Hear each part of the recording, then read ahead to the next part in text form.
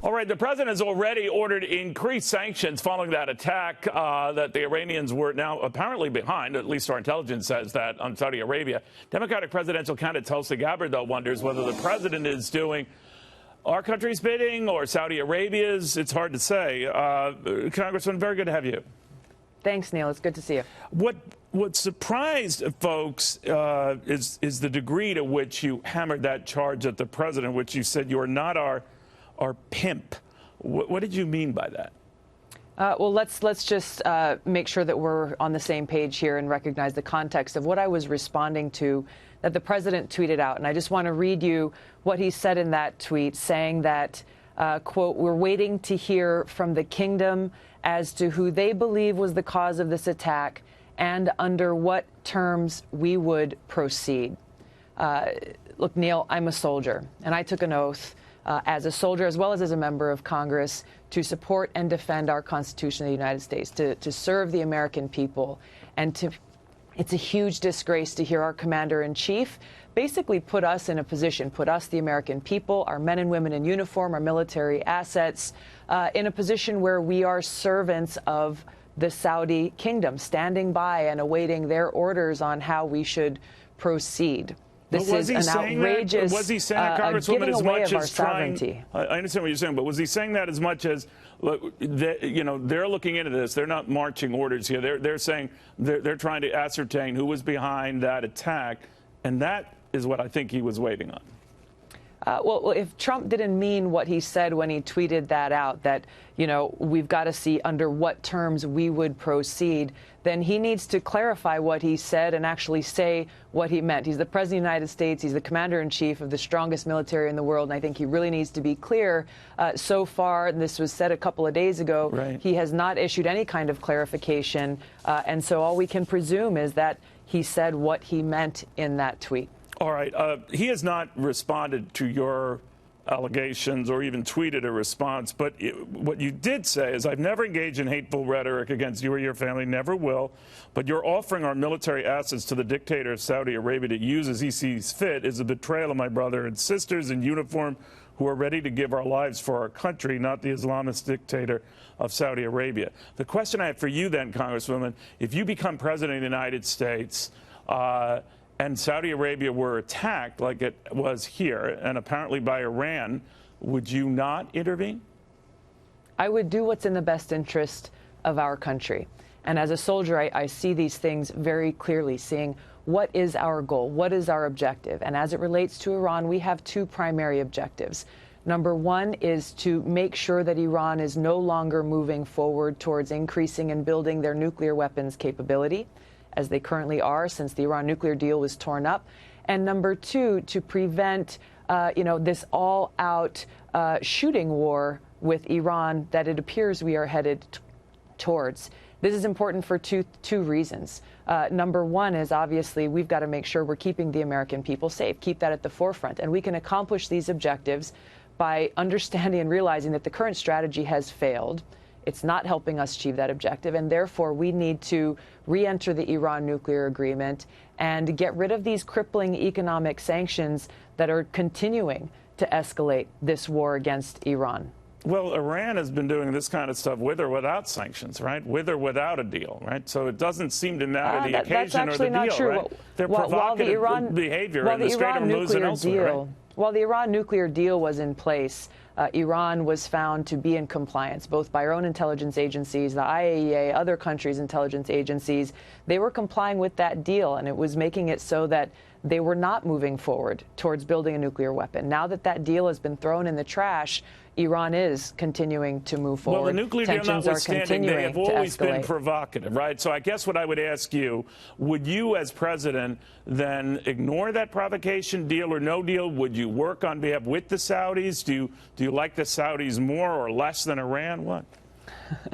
It's not about who you like or who you don't like. It's just about, once again, focusing on our objective of keeping the American people safe. What has just happened and transpired over the last few days here didn't just pop up out of nowhere. So we can't look at this in isolation away from what has been happening over the last several months that really was kicked off by President Trump walking away from and throwing that nuclear deal in the trash, increasing, crippling economic sanctions that are really hurting the people of Iran, most of all, designating their military as a terrorist organization, deploying more of our troops to the region. So there's a number of things that have pushed us all, the world, to this point where we are today. So let me ask you, do you recognize Mohammed bin Salman as the leader of Saudi Arabia? Now, I know he was behind a lot of signals point that he was behind the killing of that Washington Post journalist a little over a year ago, but he is still in charge. And others have said you can't pick and choose your leaders of countries you might not like. It is what it is. Would you talk to him? Would you deal with him? Would you, on an attack like this, do something in concert with him? I think it's important under these and other circumstances to be ready and to have the willingness to talk to leaders of other countries. And yes, I would meet with the leader of Saudi Arabia, as I would meet with the leader of Iran to de-escalate these tensions. And once again, keeping at the forefront what is in the best interest of the United States and how can we best accomplish that objective, which is keeping the American people safe, doing what's in the best interest of our national security. And by pursuing these diplomatic measures, we have the opportunity to then prevent that worst case scenario, which is an all-out shooting conflict war that would cause a devastating cost to the American people, to our troops, countless lives, trillions more dollars, what to speak of the impact and the devastation that would be caused around the region and the world. All right, so the interpretation I have is that you want to bring back that Iran delegate and move back to that, but it does give a signal here that you're no fan of the Saudi leadership, and many are not, I get that, but more of a fan of the leadership in Iran. No, I'm a fan of the United States of America. I'm a fan of the American people, and as President and Commander-in-Chief, I would put their interests above all else. Is it in our interest for Saudi Arabia? Is it in our interest for Saudi Arabia to be protected or its kingdom to be protected, or do you draw a distinction? Well, let me tell you what is not in our interests is this alliance that has been longstanding between the United States and Saudi Arabia, in spite of the fact that they are directly and indirectly supporting al-Qaeda, the terrorist group that attacked us on 9/11. We just observed the 18th anniversary of that terrible attack on our country in 2001. They are continuing to spend billions of dollars every year propagating this extremist Wahhabi ideology that's fueling the growth of terrorist groups like al-Qaeda and ISIS and others around the world. They are directly supporting those who pose a threat to our country and to the United States, that threat that we need to defeat. Is that threat greater than Iran? Yes, it is. So Saudi Arabia is more of a problem for us than Iran is. Currently, Iran does not pose a direct threat to the United States. We have the opportunity to make sure that we prevent Iran from continuing to move forward towards developing a nuclear weapon. That's where we need to be focused. If I were president right now, that's exactly what I'd be doing, getting back into that nuclear deal, getting rid of these crippling economic sanctions, and being able to make sure we can move forward in the interest of our national security. So President Tulsi Gabbard would see Saudi Arabia as a bigger threat to our country than Iran.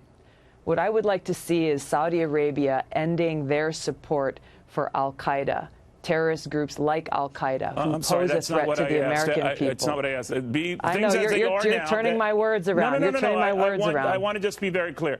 But you have a higher opinion of Iran than you do Saudi Arabia as things stand now. No, that's not at all what I'm saying. Then that's not what I'm saying.